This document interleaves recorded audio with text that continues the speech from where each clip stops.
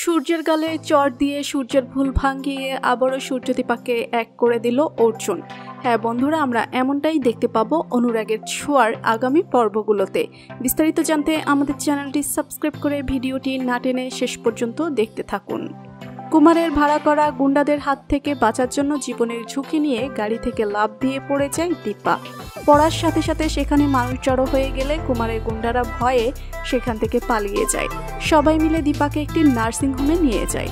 অন্যদিকে অর্জুন দীপাকে পাগলের মতো খুঁজতে থাকে, কিন্তু কোথাও সে দীপার কোনো খবর পায় না। তারপর হঠাৎ করে তার কাছে একটি আননোন নাম্বার থেকে কল আসলে সে রিসিভ করে। তারপর ওই লোকটি বলে, আপনি কি অর্জুন চক্রবর্তী বলছেন?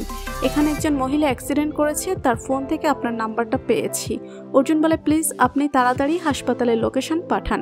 অন্যদিকে হুদিয়া ছুটি এসে সূর্যকে বলে, ডাক্তার সাহেব, পাশের গ্রামে একটি অ্যাক্সিডেন্ট হয়েছে, পেশেন্টের নাকি খুবই খারাপ অবস্থা, আমাদের নার্সিং হোমে নিয়ে এসেছে, আপনি কি এখন যাবেন? সূর্য বলে, অবশ্যই যাব, তুমি গাড়ি বের করো। তারপর সূর্য হাসপাতালে এসে দীপাকে দেখতে পুরো অবাক হয়ে যায়। তারপর সূর্য কেঁদে কেঁদে বলে, দীপা, আমাদের মধ্যে যাই হোক না কেন, আমি তোমার কিছু হতে দিব না, আমি তোমাকে বাঁচাবো। এরপর সূর্য দীপাকে কেবিনে নিয়ে চিকিৎসা শুরু করে। তারপর হাসপাতালে অর্জুন এসে দীপাকে অন্য হাসপাতালে নিয়ে যেতে চাইলে ডাক্তাররা বাধা দেয়। অর্জুন বলে, আমি ওর হাজবেন্ড। সেই মুহূর্তে ভিতরে ঢুকে অর্জুনের সকল কথা শুনতে পেয়ে আবারও দীপাকে ভুল বুঝে সূর্য।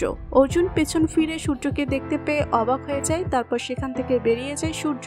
অর্জুন যতই সূর্যকে বোঝানোর চেষ্টা করে, সূর্য কিছুতে কিছু শুনতে চায় না। তো বন্ধুরা, তোমাদের কি মনে হয় অর্জুন শেষ পর্যন্ত সূর্যের ভুল ভাঙাতে পারবে?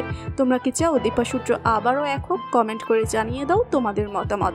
ভিডিওটি ভালো লাগলে লাইক, কমেন্ট, শেয়ার করুন। আর আমাদের চ্যানেলে নতুন হয়ে থাকলে চ্যানেলটি সাবস্ক্রাইব করে রাখুন, যেন অনুরাগের ছোঁয়ার যে কোনো নতুন আপডেট সবার আগে পৌঁছে যায় আপনাদের কাছে।